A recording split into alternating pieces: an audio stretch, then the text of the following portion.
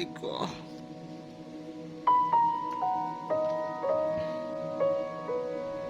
Yeah.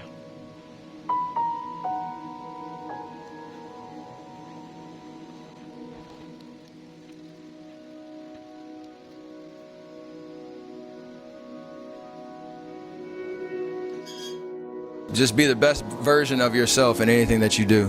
You don't have to live anybody else's story. Sometimes people make it seem like you have to have certain prerequisites or a crazy life story in order to be successful in this world.